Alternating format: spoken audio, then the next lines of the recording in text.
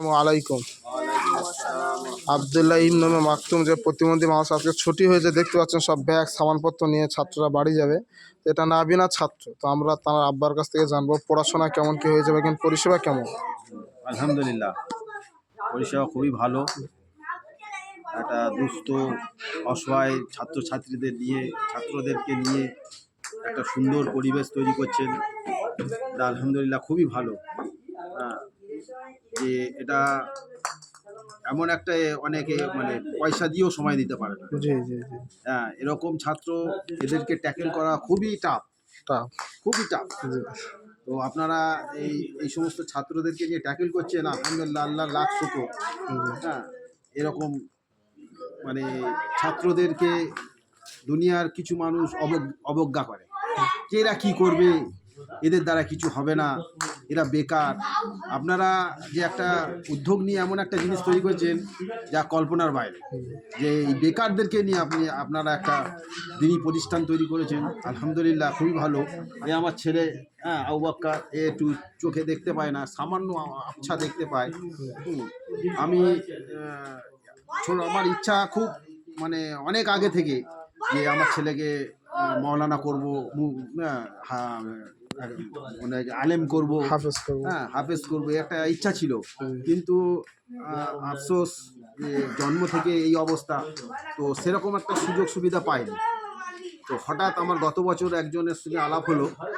আলাপ হওয়ার পর আমি জানতে পারলাম যে এখানে একটা দুস্থ প্রতিবন্ধীদের একটা মাদ্রাসা তৈরি করা হয়েছে, জয়নগর বকুলতলা।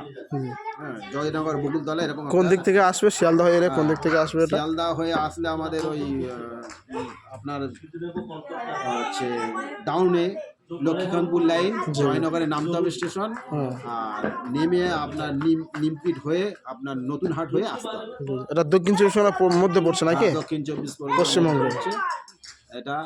তো আমি জানার পর তো আমার একটা দিলে আগ্রহ হলো, তো যাই। অন্য একটা মাদ্রাসায় নিয়ে গেছিলাম, জি। আমার বাড়ি সোনারপুর, বৈকুণ্ঠপুর। তো আমি নিয়ে গেছিলাম কারবালার ভিতরে একটা মাদ্রাসা, কুসুম্বা একটা মাদ্রাসা। কিন্তু সেখানে একে দেখে, মানে একে দেখে তো তারা একটা তাচ্ছিল্য মনে ভাব দেখলাম, তাচ্ছিল্য করলো যে এ কি পড়বে, একে একটু খেতে আসবে, ঘুমোতে আসবে। তো আমার একটা দিলে ব্যথা লাগলো যে এদের জন্য কোনো ব্যবস্থা নেই আল্লাহ। তো হঠাৎ করে আমাকে একজনের খবরটা দিল। সবই আল্লাহর দান, সবই আল্লাহর ইচ্ছা, সবই আল্লাহর তরফ থেকে যোগাযোগ। তো জানার পর তা আমি যোগাযোগ করে এলাম।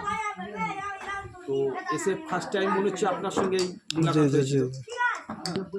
তো হওয়ার পর আপনারাও খুব মানে আপ্যায়ন করলেন নেওয়ার জন্য, আমাদেরকে মানে সাহস দিলেন যে হ্যাঁ হবে, এর দ্বারাই হবে, আর একদিন একদিন আলেম হবে, আপনারা সাহস দিলেন। তো আমি সেই সাহসে এগোলাম আর একে ভর্তি করলাম।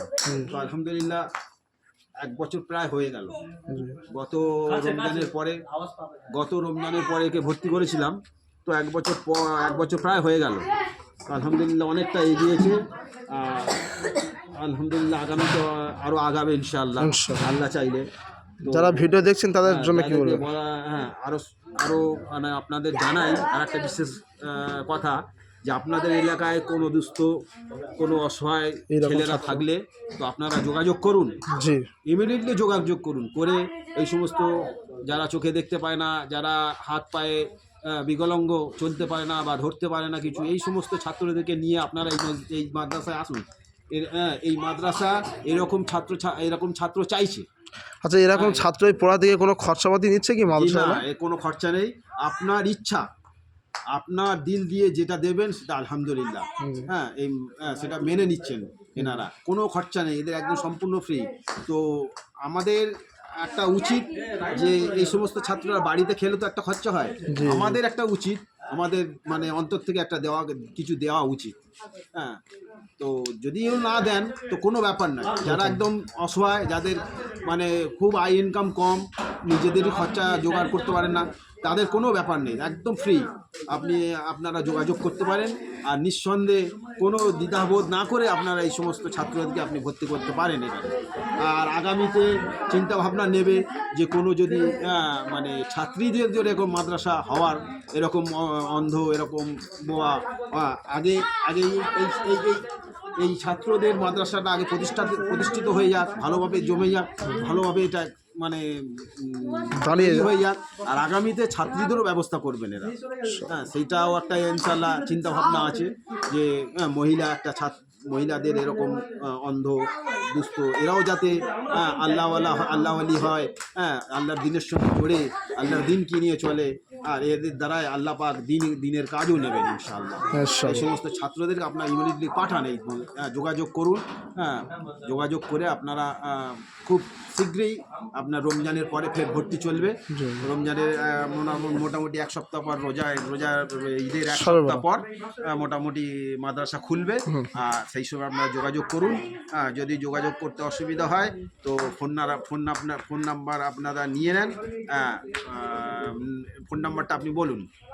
যে 81 16 62 31 97। আচ্ছা, আপনারা নোট করে নেবেন।